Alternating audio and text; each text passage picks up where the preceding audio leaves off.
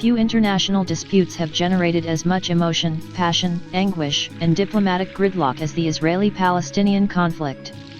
Rooted in decades of clashes over religion, borders, and territory, the dispute between Israelis and Palestinians has engulfed scores of politicians, diplomats, and others in a peace process in which the ultimate goal has been tantalizingly close on numerous occasions only to be dismantled at the 11th hour. While the tortured history of the conflict dates back more than a century, this article covers the conflict beginning in 1948, when the State of Israel was declared. As part of the 19th century Zionist movement, Jews had begun settling in Palestine as early as 1820. The effort to establish a Jewish homeland received British approval in the Balfour Declaration of 1917. During the 1930s, Jews persecuted by the Hitler regime poured into Palestine. The post-World War II acknowledgement of the Holocaust, Hitler's genocide of 6 million Jews, increased international interest and sympathy for the cause of Zionism. The British mandate to govern Palestine, which had been in place since 1923 after the war, and in 1947, the UN voted to partition Palestine into a Jewish state, an Arab state, and a small international zone. Arabs rejected the idea, but the plan moved forward and the British officially withdrew on May 14, 1948, and the Jewish National Council proclaimed the State of Israel. Hostilities broke out almost immediately after the State of Israel was proclaimed. Neighboring Arab nations invaded, intent on crushing the newly declared State of Israel. Israel emerged victorious, affirming its sovereignty. By the ceasefire on January 7, 1949, Israel had increased its original territory by 50%, taking western Galilee, a broad corridor through central Palestine to Jerusalem, and part of modern Jerusalem. The new border is called the Green Line. As many as 750,000 Palestinians either flee or are forced from Israel and settle in refugee camps near Israel's border. The status of the refugees goes on to become a sticking point in further Arab-Israeli relations. Chaim Weizmann and David Ben-Gurion became Israel's first president and prime minister. The new government was admitted to the UN on May 11, 1949.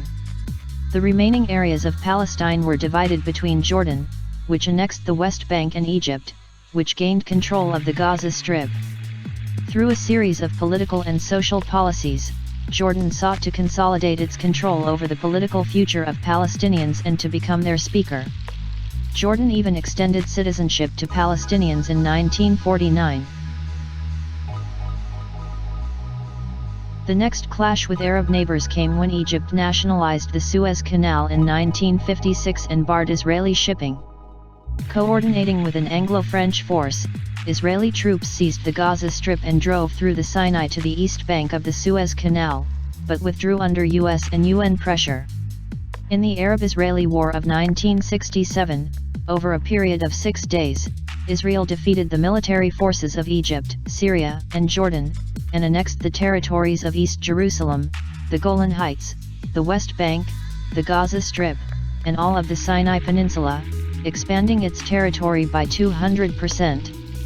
On November 22, the UN Security Council adopted Resolution 242, the Land for Peace formula, which has been the starting point for further negotiations. The resolution called for the establishment of a just and lasting peace in the Middle East, based on the withdrawal of Israeli troops from territories occupied in 1967 in return for the end of all states of belligerency, respect for the sovereignty of all states in the area, and the right to live in peace within secure and recognized boundaries. The peace was short-lived, and violence continued along the Suez Canal. In April 1969, Egyptian President Gamal Nasser declared the 1967 ceasefire void along the canal, and the war of attrition began. Neither the Egyptians nor the Israelis emerged victorious, and a ceasefire was signed in August 1970. In the face of Israeli reluctance even to discuss the return of occupied territories, the Fourth Arab-Israeli War erupted on October 6, 1973, with the surprise Egyptian and Syrian assault on the Jewish High Holy Day of Yom Kippur. Initial Arab gains were reversed when a ceasefire took effect 2 weeks later, but Israel suffered heavy losses. The Palestinian Liberation Organization, formed in 1964, was a terrorist organization bent on Israel's annihilation. Palestinian rioting, demonstrations, and terrorist acts against Israelis became chronic. In 1974, Palestinian Liberation Organization leader Yasser Arafat addressed the UN General Assembly, the first stateless government to do so. A dramatic breakthrough in the tortuous history of Mideast peace efforts occurred on November 9, 1977, when Egypt's President Anwar Sadat declared his willingness to talk about reconciliation. On November 15, Prime Minister Menachem extended an invitation to the Egyptian leader to address the Knesset in Jerusalem. Sadat's arrival in Israel 4 days later raised worldwide hopes, but an agreement between Egypt and Israel was long in coming. On March 14, 1979, the Knesset approved a final peace treaty, and 12 days later, Sadat signed the document together with President Jimmy Carter in a White House ceremony. Israel began its withdrawal from the Sinai, which it had annexed from Egypt on May 25. Although Israel withdrew its last settlers from the Sinai in April 1982, the fragile Mideast peace was shattered on June 9, 1982, by a massive Israeli assault on southern Lebanon, where the Palestinian Liberation Organization was entrenched. The Palestinian Liberation Organization had long plagued Israelis with acts of terrorism. Israel destroyed Palestinian strongholds in Tyre and Sidon, and reached the suburbs of Beirut on June 10. A U.S.-mediated accord between Lebanon and Israel, signed on May 17, 1983, provided for Israeli withdrawal from Lebanon.